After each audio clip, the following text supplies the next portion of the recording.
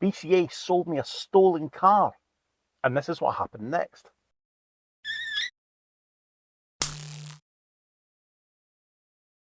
I promise you, this is not clickbait. This actually did happen, and you're going to want to hear this story. If you watched any of my recent videos, you will know that I have set up an EV-only car dealership aimed at getting people into their first EVs and starting their EV journey. It's something I'm really, really passionate about. I'm currently sat in a 2019 Renault Zoe ZE40, which is now for sale, if it's something you might be interested in. There's a link in the description to the video walk around and stuff. So if you're looking for a Zoe, if you're considering a battery-owned Zoe ZE40, this could be the one for you. But anyway, I was last Friday browsing BCA, as you do, looking for stock, and this Smart ForFour caught my eye. Not something I knew huge amounts about. They're one of those sort of EVs that seem to have kind of passed me by a little bit. There are a fair few of them out there. I don't know, there's just something about them. They've got quite a small battery. They're AC charging only, and therefore I guess to some people it's not something they'd be really interested in. But we're always talking about how we need smaller, lighter, cheaper EVs. And actually, at the kind of money they're available for now, it seems to tick a lot of those boxes. So I was watching the auction, and I thought the book price of it was relatively low. And I thought it was something that, well, there's bound to be a little bit of profit in it. It's something different. I haven't driven one before. We can maybe make some videos with it before it goes on sale, because it's something that not many people talk about.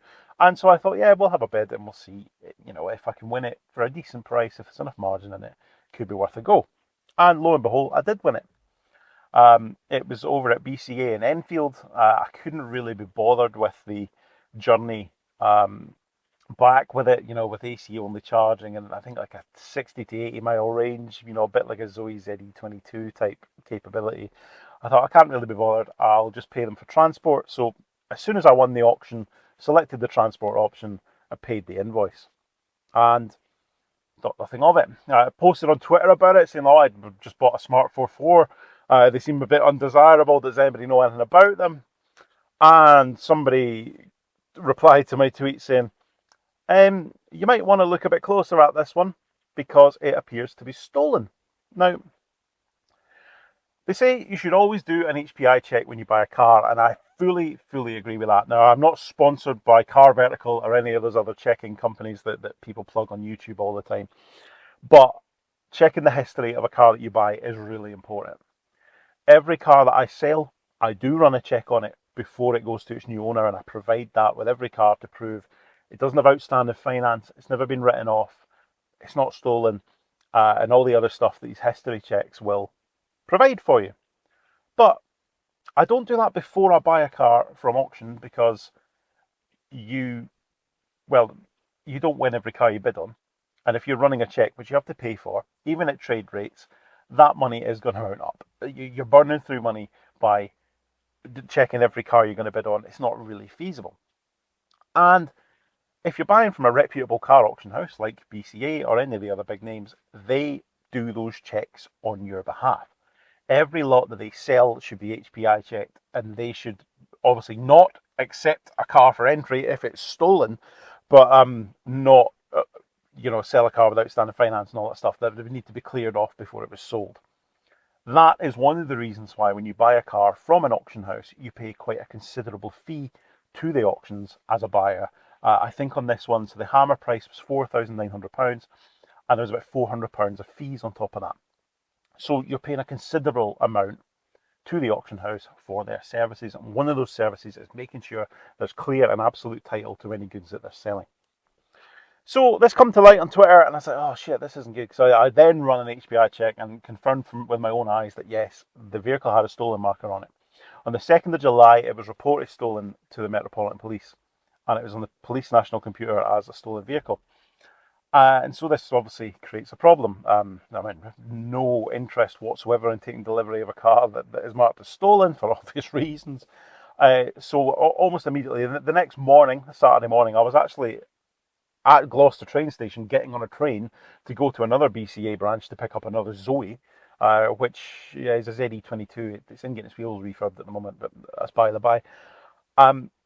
I phoned BCA and I said, look, there's a stolen marker on this car. I don't know what's going on, but you're going to want to look into this. Cancel the delivery and let me know what's happening. And they said, yeah, of course, sir, no problem at all. We'll put the delivery on hold and someone will call you on Monday and we'll let you know. But a slight interruption there because the camera overheated. I'm sat in direct sunlight. It's really, really hot. But I think we're back in business now. So I reported the issue and they said they were investigating it. Brilliant. Monday comes and goes. No update from them, no call, no messages, no nothing. And I called them and said, look, I'm, chasing this up, stolen car, blah, blah, blah. Oh, yeah, someone's looking into it and they'll call you tomorrow. Excellent. Tuesday, same story. No call. Call them. Someone's looking into it. We'll call you tomorrow. So, getting a little bit nervous now.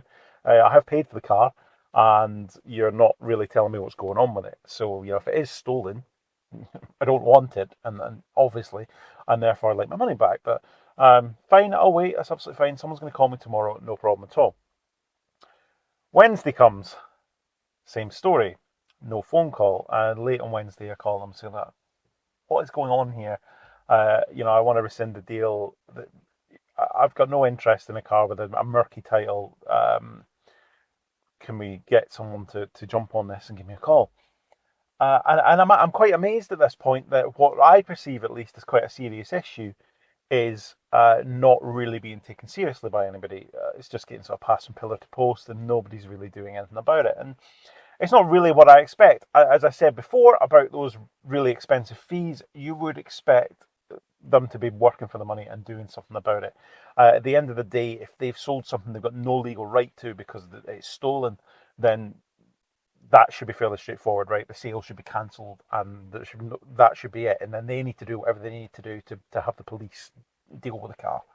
It's at this point I actually contacted the Met Police as well on their non-emergency number, and I spoke to them about it. And I said, look, it's a little bit weird. I'm not the owner of the car, but I kind of am because I've bought it at auction. Can you tell me if it is actually stolen or not? And rather predictably, they couldn't, so we're not able to discuss it with you at all. But you've given us the details, you've told us where the car is. That's probably going to help us, and that was sort of that. And then yesterday, Thursday, I called again, BCA. I said, look, you're really, really testing my patience now. At the end of the day, the car is on the stolen register. Therefore, there is no clear title. And as per your own terms and conditions, which tells me that you'll check and make sure that these things are right, I want to rescind the sale. And they made some noise. I finally got someone in their customer service team that seemed to actually understand the brevity of the situation. Previously, I felt like I was just kind of getting the brush off, but this one particular chap that I spoke to yesterday seemed to actually fully get that I didn't want to buy a stolen car, and that they can't be selling one, and therefore he actually managed to get the right person in the right team to phone me and sort it out. There was a little bit of back and forth where they were like, oh, we'll need to make sure the vendor is okay with cancelling the sale, which I thought was a little bit weird. At the end of the day, the vendor doesn't have a choice because you can't sell stolen goods. But also, if we look back to the auction listing, this car was in a sale called UKCGR. And if you buy cars from BCA, you'll know pretty much straight away those cars are the cars that are sold to We Buy Any Car. We Buy Any Car is a fully owned subsidiary of the same group as BCA. Cars that are sold to We Buy Any Car then get sold at BCA, or if they're really, really good retail ready cars, they might get sold at Cinch if it meets their stock profile, also owned by the same group. And therefore, the vendor isn't some random dealer somewhere who's put a car into the auctions like I would if I was selling a car at BCA. The vendor is BCA themselves.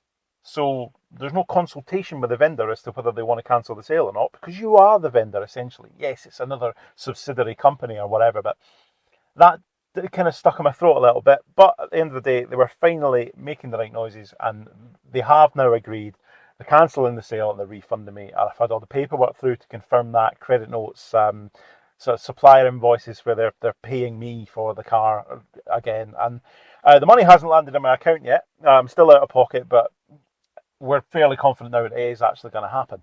But all in all, it's kind of soured the experience for me. I buy pretty much all of my stock from BCA at the moment. They offer a fairly comprehensive platform. The cars are fairly well appraised. And, you know, all in all, so far, apart from this one, they've been what they've said they'll be, and everything's kind of gone well. But this really, really does sour the experience.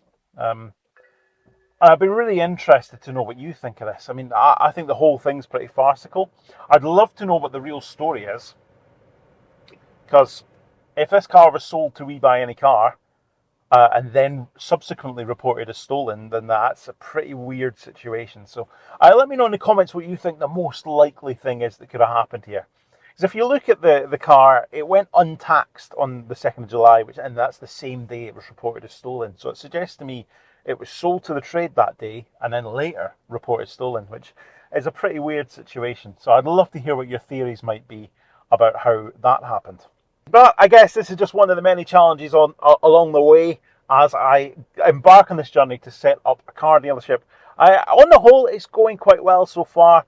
The red Zoe that I talked about in the last video is now sold and gone.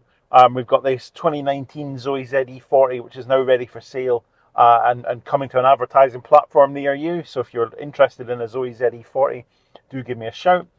And I've got a Zoe ZE22 that's going under preparation at the moment. That is a 16 reg, battery owned, 70,000 miles on the clock, and that'll be less than $5,000 when that comes to the market. So got lots of Zoes at the moment, but they do seem to represent quite good value. But that's it for this video. I thought it was worth sharing this story with you. Let me know what you think in the comments. Is it the experience you'd expect when you buy a car from a big auction house and it turns out there's something wrong with its title? I must admit I was pretty surprised with how long it all took to sort out and how sort of lacking BCA were in any actual response. But it's all sorted now, so it's all good. Thank you so much for watching. I'll see you next time.